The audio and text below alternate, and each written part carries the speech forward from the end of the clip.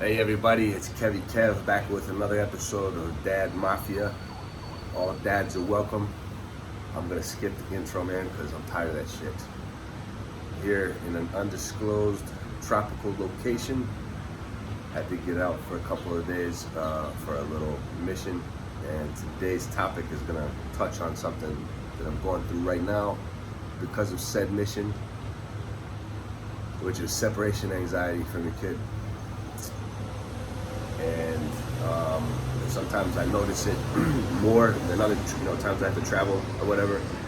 And sometimes it grips you, even if you might be in the same city but you haven't seen them for a few hours, or they're at school or whatever. So drop a comment about how to deal with that. And obviously there's the video thing where you can call them.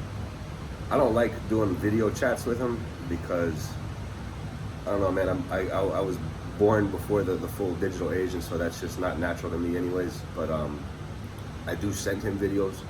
I send him videos, and just I'll do a little silly. We do a lot of animal sounds together. So I recently taught him how to do like, there's a lot of lizards where we live, so I'll do the lizard thing on the video, like and play with them and stuff, and just kind of connect with things that me and him talk about. But I don't like to do the video chat, man, because he does the video chat with his grandmothers and other people that are far away from him permanently. So I guess my logic is, like, I don't want to have him associate with me being real far away or something, So I'm trying to train him and see, like, when Daddy sends you a video, it's that he's just away for a couple days. So I try to keep a real tight track of how many nights I spend away from him, because I don't want ever to go above, more than, obviously not the majority of nights in a year. I don't want to be away from him, man. I want to be in the same house with him, man. And I'll tell you a story. Earlier this year, sorry, there was a time where I had to be, I'm an actor. That's one of the businesses I do, is a little side hustle, is I'm an actor. And I'll make a whole video on that later, because that's funny. I'm like the token, cop, always a token CIA guy, DEA, FBI, shit like that. The bad sex tourist, the dirty gringo. So I'll make a decent amount of money off of that, but it's very sporadic, and sometimes it requires me to be, especially since the whole pandemic, it requires me to be away because they want to put you in this little bubble. And earlier this year, I had to be away for 45 nights. 45 nights. Fuck, man, that sucked. And it was a movie that's coming out next year, and they told me I was gonna be the lead's brother, the lead actor's brother. And I was, but I'm sort of a nameless lead actor's brother. So I was basically what they call a featured extra, which is an extra or a background actor that's in, repeated throughout the movie. And they told me I was gonna have lines, and they lied. They kind of tricked a lot of people, but it's all right. So it was something that I was not happy about, being away for so long, especially because of their little. They wanted people to be for 2 weeks in quarantine at this hotel, and do some rehearsals and fittings, and then 4 weeks in another part of the country filming. So I counted on the calendar, man, and damn, 45 days, bro. And sure, there were certain aspects of it where I said, like, it's gonna be fun. I knew a lot of other actors that were gonna be there, and being at a hotel and chilling and stuff on some off time sounded cool. But 45 nights, a month and a half, that was tough, bro. That was real tough, and that was real tough. But it was something I couldn't pass up. It's not something where you could get that opportunity and pass it up and then still have, you can't how you gonna have a straight face with the casting people and say, I'm gonna pass up this. It's a big name lead actor and actress. It'll come out next year. I'll tell you about it. But you can't pass that up and then say, hey, what else you got for me? Like, you had to go. So it was what it was, man. And the first 2 weeks were easier because I'm just getting started, and it was about 45 minutes away from him, which is just a lot of my separation anxiety comes from, like, being a long distance. You know what I mean? Because, like, what if something happens, man? Like, there's some emergency. Not only would you need to get back quick to possibly respond to that emergency or crisis, but also how if there was some, God forbid, man, fuck, I don't even like talking about it, but what if there was something real serious? How would you function hours away or flights away for several, if you have to catch it, if something crazy happened, man, like how would you even function having to like change your itinerary and come back and have a layover and shit, you know, like that's why it gives me a lot of anxiety being far away.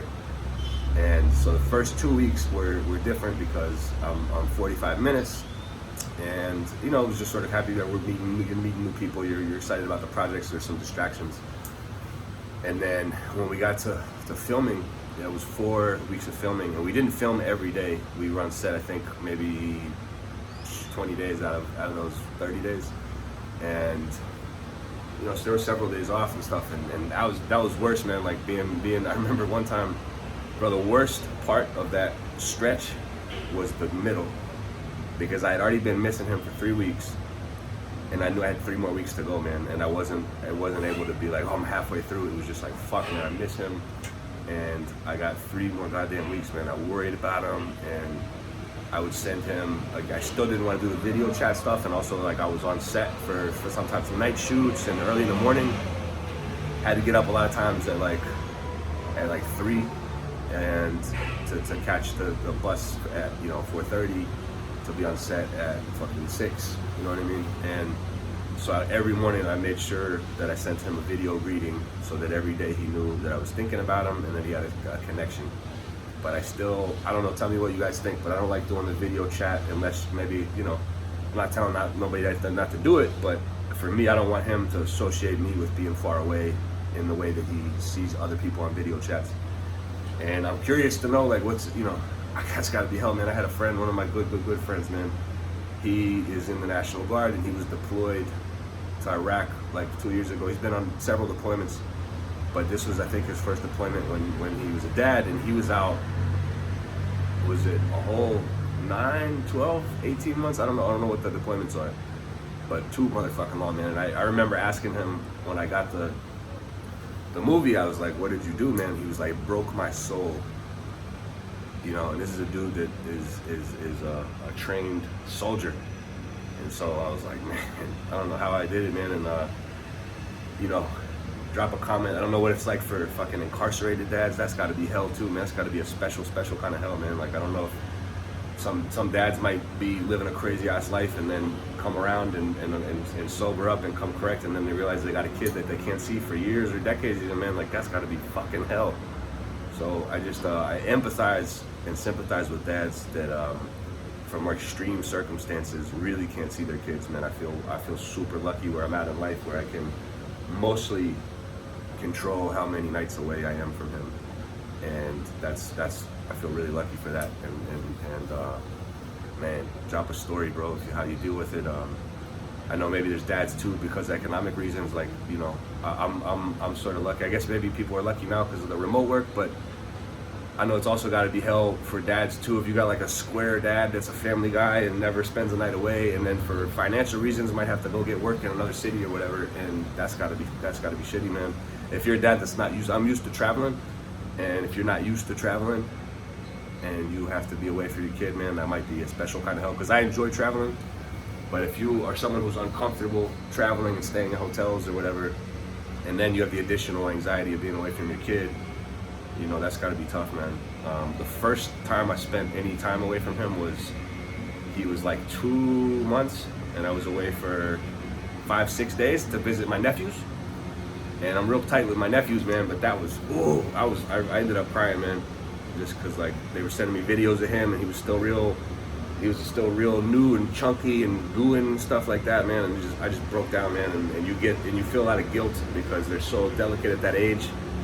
You know, you're like, is he okay?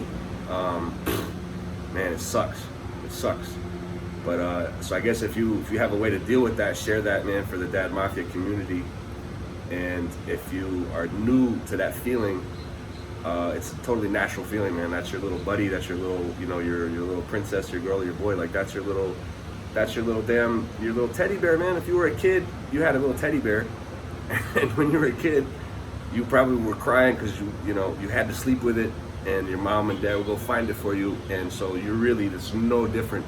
So it's that times 1,000 what you're feeling right now. That's your little dude, and you can't be without it, man. And so the other thing that really fucks me up, the thing that makes me feel super, guilty or more anxious, is that you are feeling that hole in your chest, and sometimes you can even literally physically feel them when you're away from them. So if you're feeling that at your age of 20, 25, 30, 35, whatever, and you have that feeling to compare with 1,000 other feelings you felt in your life, how do you think they feel? That's what fucks me up too, man, is that they have nothing else to compare. That's the only feelings they know is milk, mommy, daddy, you know what I mean? And that's all they have.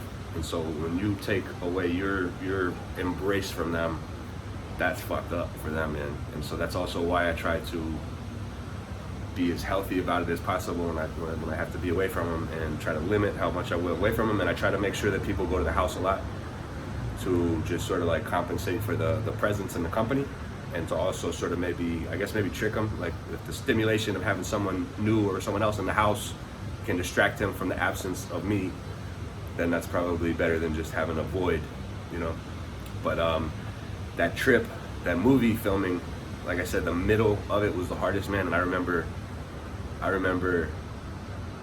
the one day, man, where that's probably the closest I've ever had to a panic attack, where you can't breathe. And I've had obviously fucking horrible stuff happen in life, but that's something happens, so you're obviously reacting to it. But that's the only time where nothing happened, and I just felt like I was gonna fucking jump out of my skin, and I couldn't breathe, and I didn't want to go. I didn't know what to do. I didn't know how to go outside.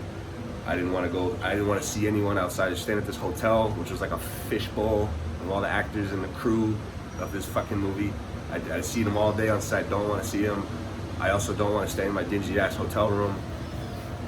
And it was hard, man. I was literally like, I couldn't breathe, man. And I think I ended up just going to like doing some push-ups to just like do something.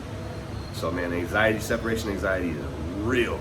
So, first thing is just like acknowledge that's what's happened, man. If you're, especially if you're a tough guy or whatever, if you're a tough dad, and maybe you didn't have the sort of affection from your dad that you're showing your kid, and you're wondering what this feeling is, like, it's that, man. You love them, and that's okay, and you're gonna be back with them, I hope, and so just acknowledge that that's what you're feeling, and try to get back with them as soon as you can, bro. And I don't know, maybe there's some dads too, like that separate from the baby's mom and don't see the kids, and later in life they miss them and that fucks them up. So if that's the case, man, I'm not totally here to just like always give advice, but go be with your damn kid, man. Even if you don't get along with the baby's mom, just be at least close to him, man. Close to him.